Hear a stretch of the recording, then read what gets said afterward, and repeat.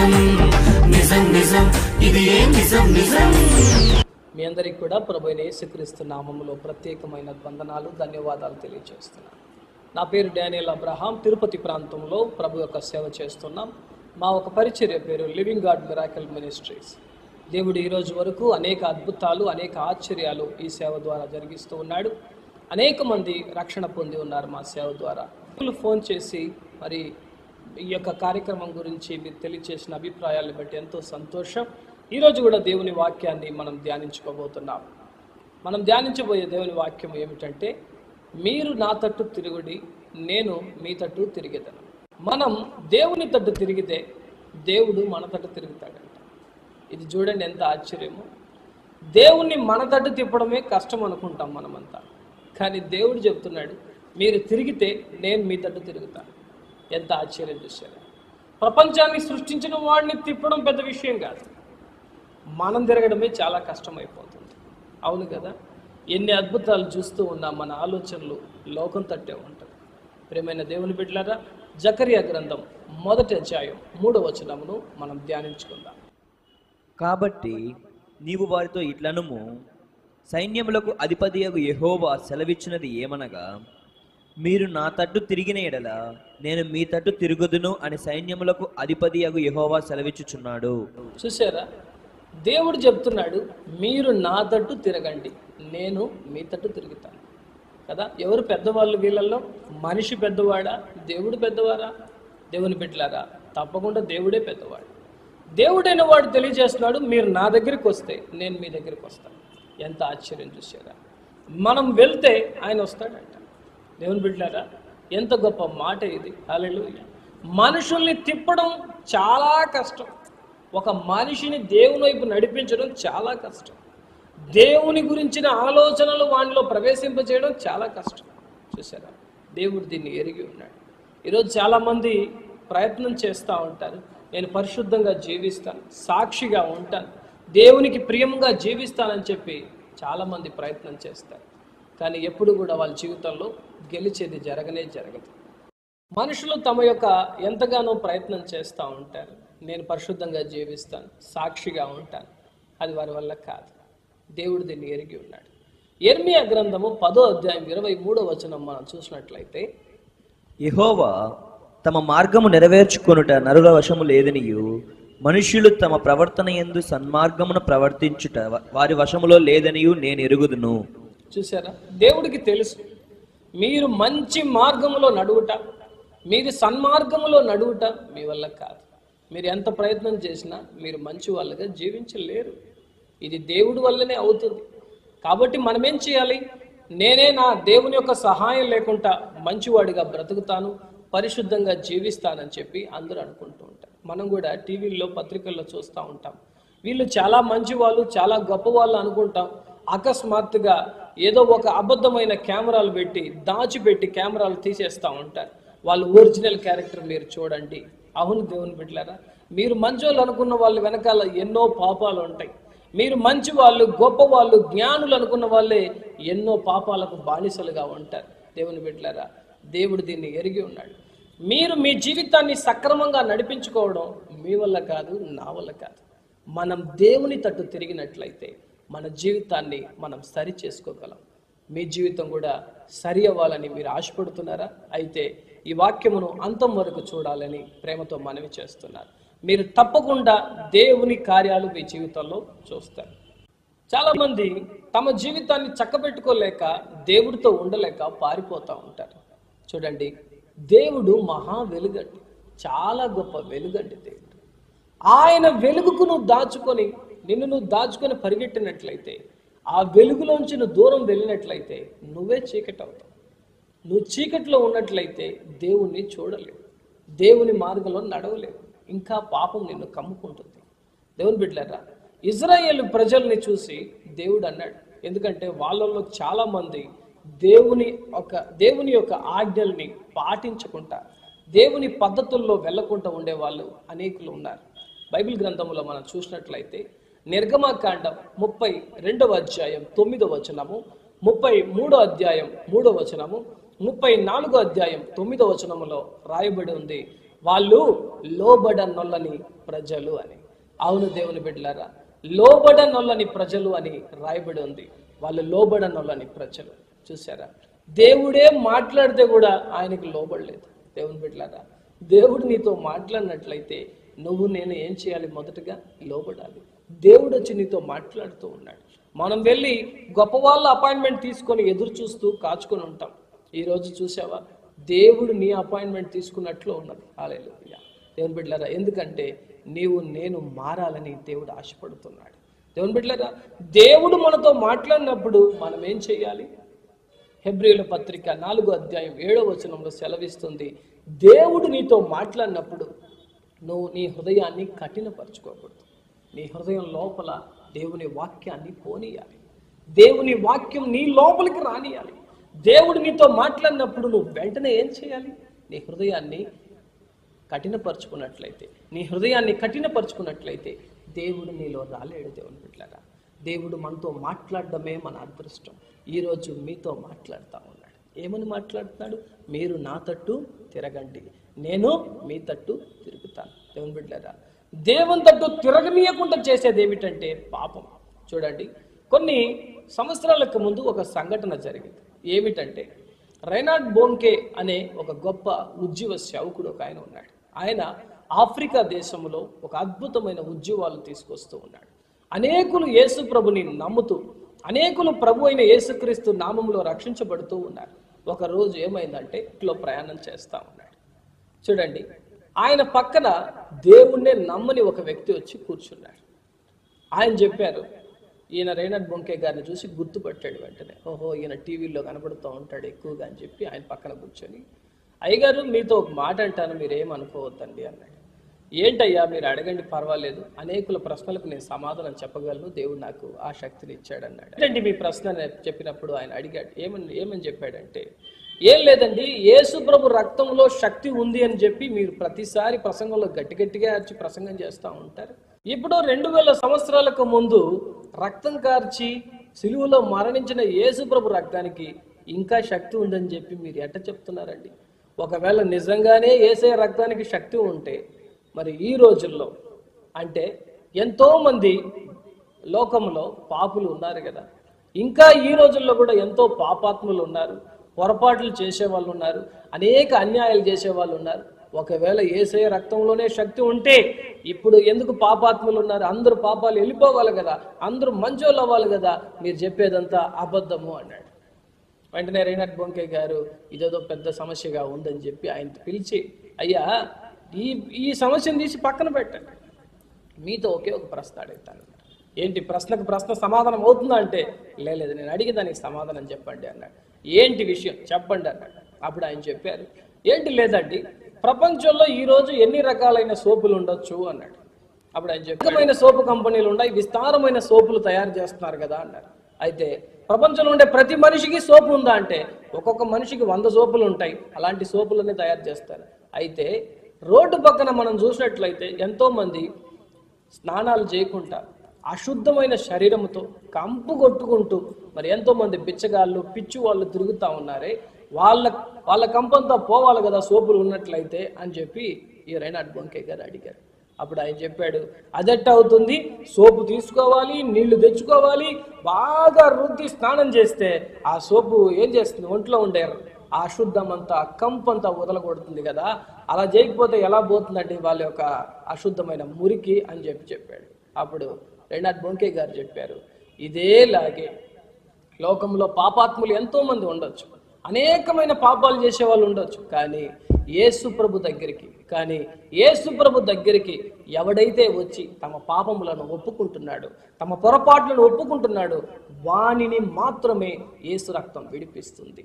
మీరు సోపు కంపెనీలో పనిచేసినా కానీ మీ యొక్క అశుద్ధమో పోదు, దాన్ని ఎత్తుకొని రుద్దితేనే పోతుంది. అలాగే మీరు కూడా యేసుప్రభు సేవకుడు పక్కనే కూర్చున్నా కూడా మీ పాపాలు పోవు.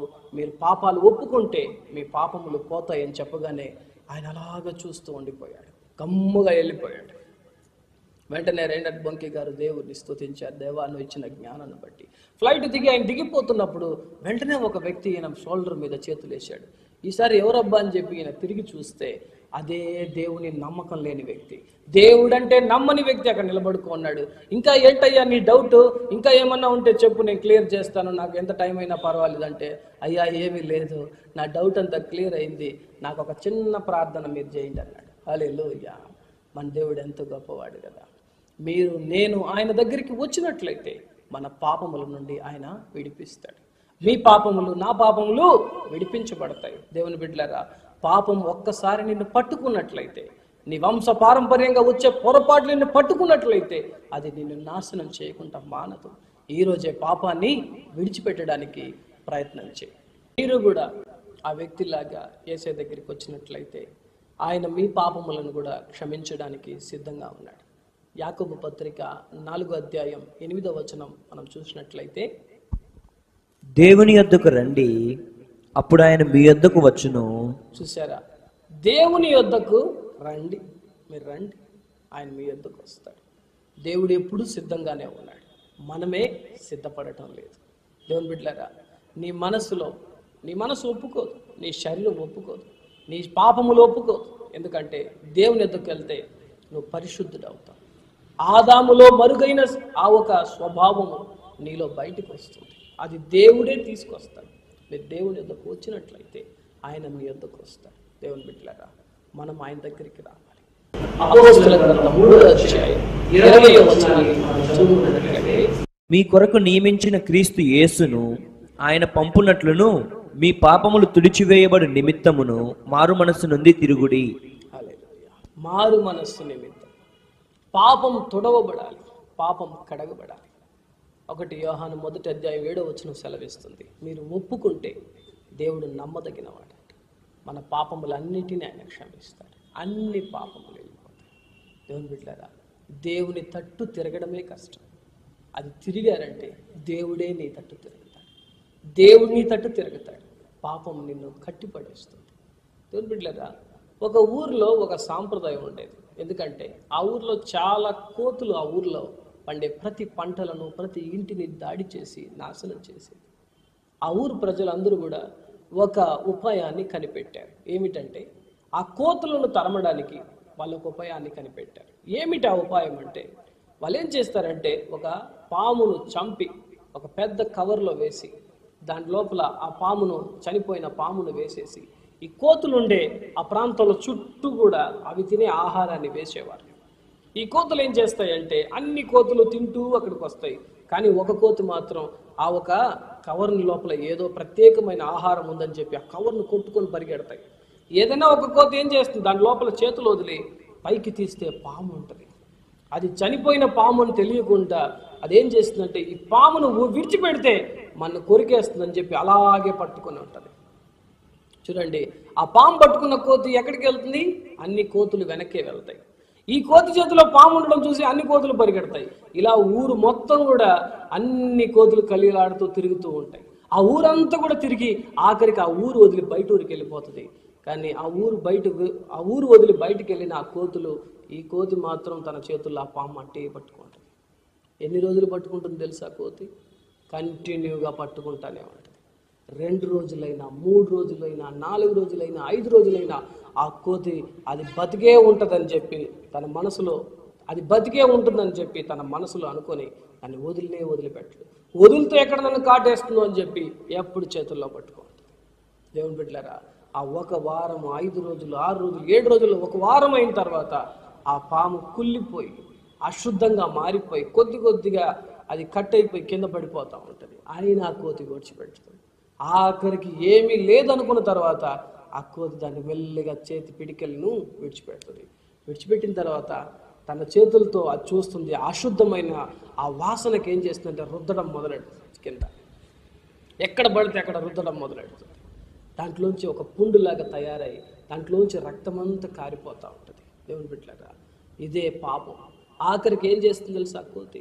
ఆ ఒక పుండును పెద్దది చేసుకొని ఆఖరికి ఆ ఒక కోతి ఆ ఒక పామును పట్టుకుని అదే చేతి ద్వారా అది చనిపోతుంది. దేవుని బిడ్డలారా, ఈరోజు కూడా పాపం అలాంటిదే. పాపాన్ని గట్టిగా నువ్వు పిడికిల్లో బిగించి పట్టుకున్నావంటే, నీ హృదయంలో దాన్ని దాచుకున్నావంటే అది నిన్ను చంపే వరకు నిన్ను విడిచిపెట్టదు. ఆ కోతి చేతిలో పాము ఉండడం చూసి ఎలా జనాలు పరిగెత్తారు అంటే, ఆ కోతులు పరిగెత్తాయో అదేలాగే పాపం ఉండే వ్యక్తిని అందరూ అసహించుకుంటారు. కొన్ని రోజులు నీ యొక్క బలం నిన్ను కాపాడవచ్చు, నీ శక్తి నీలో పనిచేయవచ్చు, కానీ కొన్ని రోజులకు ఆ బలమంతా కూడా వెళ్ళిపోతుంది. దేవుని బిడ్డలారా, నీ బలమన్నీ నిన్ను విడిచి వెళ్ళిపోతుంది. నిన్ను చుట్టూన్న వాళ్ళందరూ వదిలి వెళ్ళిపోతారు. ఆఖరికి దేవుని దగ్గర కూడా నువ్వు రాలేని పరిస్థితి నీలో ఉంటుంది. ఈరోజే దేవుని దగ్గరకు తిరగండి, దేవుని తట్టు తిరగండి. దేవుడు పిలిచేటప్పుడు మనం నిర్లక్ష్యం చేయకూడదు. దేవుడు మనతో మాట్లాడేటప్పుడు మనం వెంటనే లోబడాలి. బైబిల్లో ఒక వాక్యం చదువుకుందాం. కీర్తనలు 32వ అధ్యాయం 2వ వచనాన్ని మనం చదువుగా విందాం. యెహోవా చేత నిర్దోషి అని ఎంచబడిన వాడు, ఆత్మలో కపటం లేనివాడు ధన్యుడు. చూసారా, దేవుడు ఎవరిలో పాపం లేదు అని చెప్పాడో వాళ్ళు ధన్యులు అన్నమాట. ఎవరిలో పాపం లేదు ఈ కాలంలో? అందరిలో పాపం ఉంది. సో సృష్టికర్త మాత్రమే నీ పాపాన్ని కడగగలడు. యేసయ్య మాత్రమే నిన్ను విడిపించగలడు. దేవుని బిడ్డలారా, దేవుడు ఈరోజు నీతో మాట్లాడుతూ ఉన్నాడు. మీరు కొద్దిగా తిరిగి చూడండి. మీ జీవితంలో దేవుడు యొక్క అద్భుతాలు మీరు చూస్తారు. మీరు ప్రయత్నం చేసి ఓడిపోయారా? దేవుని బిడ్డలారా, నా జీవితంలో అద్భుతాలే రాలేదు, ఆశ్చర్యాలే జరగట్లేదు, మహిమకరమైన కార్యాలు నేను చూడాలి, చర్చికి వెళ్తున్న అందరికీ జరుగుతూ ఉంది, నాకెందుకు జరగలేదని చెప్పి బాధపడుతూ ఉన్నావా? ఒకవేళ శ్రమలు తీరట్లేదని చెప్పి కన్నీళ్లు విడుస్తూ ఉన్నావా? నాకు ఎంత ప్రార్థన చేసినా ఈ సమస్య ఎందుకు తీరట్లేదు, నేనే పాపం చేస్తున్నానని చెప్పి అనుకుంటున్నావా? దేవుని బిడ్డలారా, మరుగైన పాపము నుండి దేవుడు నిన్ను విడిపిస్తాడు. ఈరోజు దేవా నాకు తెలియచేయండి, దేవుని బిడ్డలారా, అనేకమైన వ్యక్తులు ఈ రీతిలోనే ప్రార్థనలో ఎదిగారు. మీరు కూడా మారు మనస్సు పొందండి. ఈరోజు దేవుడు చెప్తున్నాడు, మరుగైన పాపముల నుండి నేను విడిపించాలంటే ఈరోజే నువ్వేం చేయాలి? దేవుని వెలుగులోకి రావాలి. దేవుని వెలుగులోకి మనం వచ్చినట్లయితే మన పాపములన్నీ కూడా తుడిచివేయబడుతుంది. ఈరోజు మీరు తిరగడానికి సిద్ధంగా ఉన్నారా? మీ కొరకు ప్రార్థన చేయడానికి, మీ జీవితంలో అద్భుతం జరిగించడానికి దేవుడు సిద్ధంగా ఉన్నాడు. నేను చేసే ప్రార్థన ద్వారా మీ జీవితంలో అద్భుతం జరుగుతుందని నేను నమ్ముతున్నాను. మీరు నమ్మినట్లయితే నాతో ఏకీభవించండి. దేవుని బిడ్డలారా, ఈ రోజు వరకు మా పరిచర్యలో అనేకులకు అద్భుతాలు చేయడం చూస్తున్నాను. ఎంతోమంది తల్లులు, ఎంతోమంది సహోదరులు, ఎంతోమంది స్నేహితులు వారి జీవితంలో అద్భుతాలు పొందుకుని ఉన్నారు. యేసు ప్రభు వారి యొక్క పాపములను క్షమించడం నేను చూసి ఉన్నాను. కొంతమంది పాపాల వల్ల ఏమైపోతుంది తెలుసా? అది బంధకములై కట్టబడేస్తుంది. ఆ పాపముల మీద పాపములు వారి జీవితంలో పెరిగిపోయి వారి జీవితమే నరకం అయిపోతుంది. ఈరోజు సోదర, యవ్వన స్త్రీ అయిన మీరైనా కూడా సరే, మీ పాపములు ఒప్పుకోండి, విడిచిపెట్టండి. ప్రయత్నం చేస్తే మనం ఎప్పుడు కూడా తప్పకుండా ఓడిపోయే పరిస్థితి లేదు, మనం గెలుస్తాం. మీరు ఐక్యపడండి, ప్రార్థన చేసుకుందాం. దయచేసి ఏకీభవించండి, ప్రార్థన చేసుకుందాం. మహాపరిశుద్ధమైన దేవ, మీకు నా వందనాల్ని తెలియజేస్తున్నా. తండ్రి, నీ మహిమలను ఈ బిడ్డలు చూడాలి తండ్రి. ఇంకా లోకం వైపు చూస్తున్నారేమో తండ్రి, ఇంకా లోకమును ప్రేమిస్తున్నారేమో తండ్రి. నాయన, లోకము ఒకడు లోకాన్ని ప్రేమించినట్లయితే వానిలో దేవుని ప్రేమ లేదు అని నీ వాక్యం సెలవిస్తుంది. ప్రేమైన దేవుని బిడ్డలారా, మనస్ఫూర్తిగా ఏకీభవించండి. దేవా, నా ప్రార్థన ఎన్నడూ తోయని దేవా, రాత్రి పగలు మా ప్రార్థన ఆలకించే దేవా, అనేక సార్లు నేను కన్నీళ్లు విడిచి ప్రార్థించిన ప్రతిసారి, మనస్ఫూర్తిగా ప్రార్థించిన ప్రతిసారి నువ్వు అద్భుతం చేశావు. ఈరోజు నా ప్రియమైన సోదరుల కోసం, నీ బిడ్డల కోసం నేను ప్రార్థన చేస్తున్నాను. అద్భుతం జరిగించండి. ఏదో ఒక పాపం వల్ల వాళ్ళు నీ తట్టు తిరగలేకపోతున్నారు తండ్రి. నువ్వు చెప్పావు యెర్మీయా గ్రంథములో, మనుషులు తమ జీవితాన్ని చక్కపరుచుకోవడం, సన్మార్గంగా బతకడం వారి వల్ల కాదు అని దేవుడికి తెలుసు. దేవుడు ఎరిగి ఉన్నాడు, నిన్ను కూడా ఆయన ఎరిగి ఉన్నాడు. ఈరోజు ఏకీభవించు తండ్రి. ఈ బిడ్డ జీవితంలో నీ ఆత్మశక్తిని విడుదల చేయండి. ఈ బిడ్డ జీవితంలో మీ మహిమను విడుదల చేయండి. ఇంకా నీ తట్టు తిరగలేకపోతున్న ఈయనకు నువ్వు శక్తి దయచేయండి. ఇప్పుడే నీ శక్తి వారిలో ప్రవేశించును గాక, నీ ఆత్మ వారిని తాకును గాక. బలహీనపరిచే ఏ దురాత్మ ఉన్నా, ఏ పాపం ఉన్నా ఇప్పుడే దూరపరచండి ప్రభు. నీ శక్తి దయచేయండి ప్రభు, నీ శక్తి దయచేయండి ప్రభు. నీకు దూరంగా వెళ్తే మేము చీకటి అయిపోతాం తండ్రి. నీ యొక్క ఇష్టము లేకుండా మేము బ్రతికినట్లయితే, నీ తలంపులకు మేము లోపడకపోతే మేము ఆశీర్వదించబడము తండ్రి. ఇంకా మాకు కష్టాలు, బాధలే ఈ రోజు నుండి, ఈ ఎపిసోడ్ నుంచి, ఈ ప్రోగ్రాం ద్వారా వీరి జీవితంలో అద్భుతం జరగాలి, వీరి జీవితంలో అద్భుతం జరగాలి ప్రార్థిస్తున్నాను. దైవ సేవకుడు నాయన ఎంతమంది ఏకీభవిస్తున్నారు? యేసుక్రీస్తు నామములో అద్భుతం జరుగును గాక, యేసుక్రీస్తు నామములో విడుదల కలుగును గాక, యేసుక్రీస్తు నామములో పరిపూర్ణమైన విడుదల కలుగును గాక. మీరు ఒకవేళ తిరగాలనుకుంటే చిన్న ప్రార్థన చేయండి. ప్రభువా, నా పాపములు నేను ఒప్పుకొనుచున్నానని చెప్పండి. అన్నిటినీ ఒప్పుకొనుచున్నాను. మోకరించి కన్నీళ్లు విడవండి. ప్రభువా, ఈ బిడ్డలను క్షమించండి. నీ రక్తంలో స్వస్థత ఉంది. యేసు నామములో అడుగుతున్నామయ్యా, నీ రక్తంలో స్వస్థత ఉంది తండ్రి. ఈ బిడ్డలకు ఆ స్వస్థత దయచేయండి, విడుదల దయచేయండి. ఏ కట్లు ఉన్నా ఈ రోజు నుండి క్రియ తొలగించబడదు గాక. శాతాను కట్లు ఈ కుటుంబంలో క్రియ చేయకూడదు. యేసు నామములో ఆజ్ఞాపిస్తున్నాను. దురాత్మ శక్తులు ఒకవేళ ఇంట్లో ఉన్నట్లయితే ఇప్పుడే దూరం వెళ్ళమని ఆజ్ఞాపిస్తున్నాను. ఇక ఎన్నడూ ఈ కుటుంబంలో నువ్వు ప్రవేశం చేయవద్దని ఆజ్ఞాపిస్తున్నాను. దేవుని శక్తి ఇక్కడ ఉన్నందుకు వందనాలు తండ్రి. మీరు కార్యం చేసినందుకు వందనాలు. మీరు మా ప్రార్థన విన్నందుకు ధన్యవాదాలు. వీళ్ళని మీరు చేర్చుకున్నందుకు వందనాలు.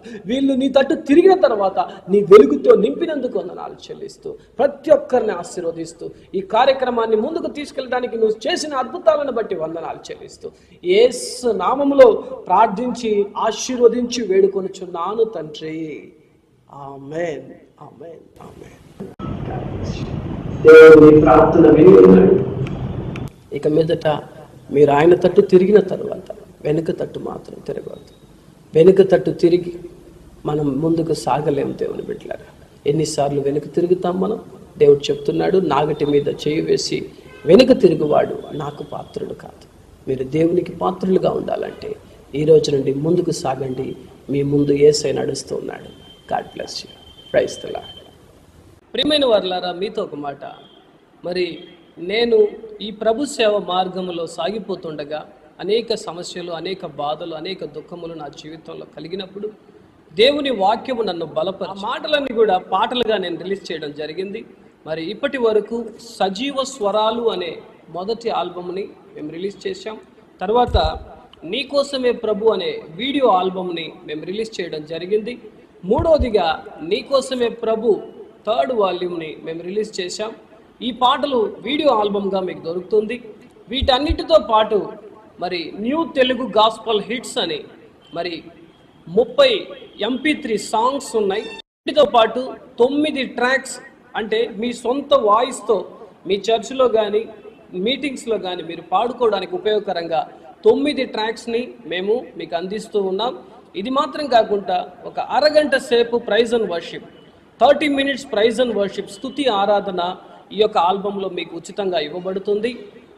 వీటన్నిటితో పాటు దేవుని యొక్క ప్రసన్నత 3 గంటల సేపు, ఏకదాటిగా 3 గంటల సేపు ఈ పాటల సీడీలు మీకు సమాధానాన్ని, సంతోషాన్ని మీ ఇంట్లో నింపడానికి సిద్ధంగా ఉన్నాయి.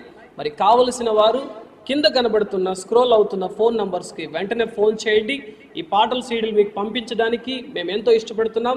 ఇప్పటికే యూట్యూబ్లో 50,000 వ్యూవర్స్ దాకా ఒక్కొక్క సాంగ్స్కి ఉన్నారు. దేవుని బిడ్డలారా, పాస్టర్ డానియల్ అబ్రహాం అని యూట్యూబ్లో మీరు టైప్ చేసినట్లయితే మీరు అనేకమైన మా ఒక వీడియోల్ని, మా టీవీ కార్యక్రమాల గురించి వివరాలని మీరు తెలుసుకోవచ్చు. దేవుడు మిమ్మల్ని దీవించిన గాక. God bless you. పరిశుద్ధాత్మను పొందాలనుకుంటున్నారా? అద్భుతమైన ఆరాధన చేయాలనుకుంటున్నారా? దేవుని శక్తిని చూడాలనుకుంటున్నారా? ఎన్నో ప్రాంతాలకు తిరిగి అలసిపోయారా? అయితే దేవుని ఆత్మ చేత నడిపింపబడు దేవాలయం లివింగ్ గాడ్ మినిస్ట్రీస్ యవ్వన కాలంలో దేవుని పిలుపు అందుకుని యథార్థంగా గత 13 సంవత్సరాలుగా తిరుపతిలో సేవ చేస్తున్న దైవజనుడు పాస్టర్ కె దానియేల్ అబ్రహాం గారు. మీ సమస్యలు ఏదైనా రండి, పాల్గొనండి. మీ కొరకు ప్రార్థించుటకు మేము సిద్ధంగా ఉన్నాం. మా చిరునామా జీవం గల దేవుని ఆలయం, లీలామహల్ సెంటర్, 2వ మధ్యమాన్ దగ్గర, అకారంపల్లి రోడ్, 2వ ఫ్లోర్, మెయిన్ రోడ్, విజేత స్కూల్ ఎదురుగా, తిరుపతి. మా ఫోన్ నంబర్ 9397243665. మరొక నంబర్ 9885543941. నీ సన్నిధియే మాకు ఆధారము.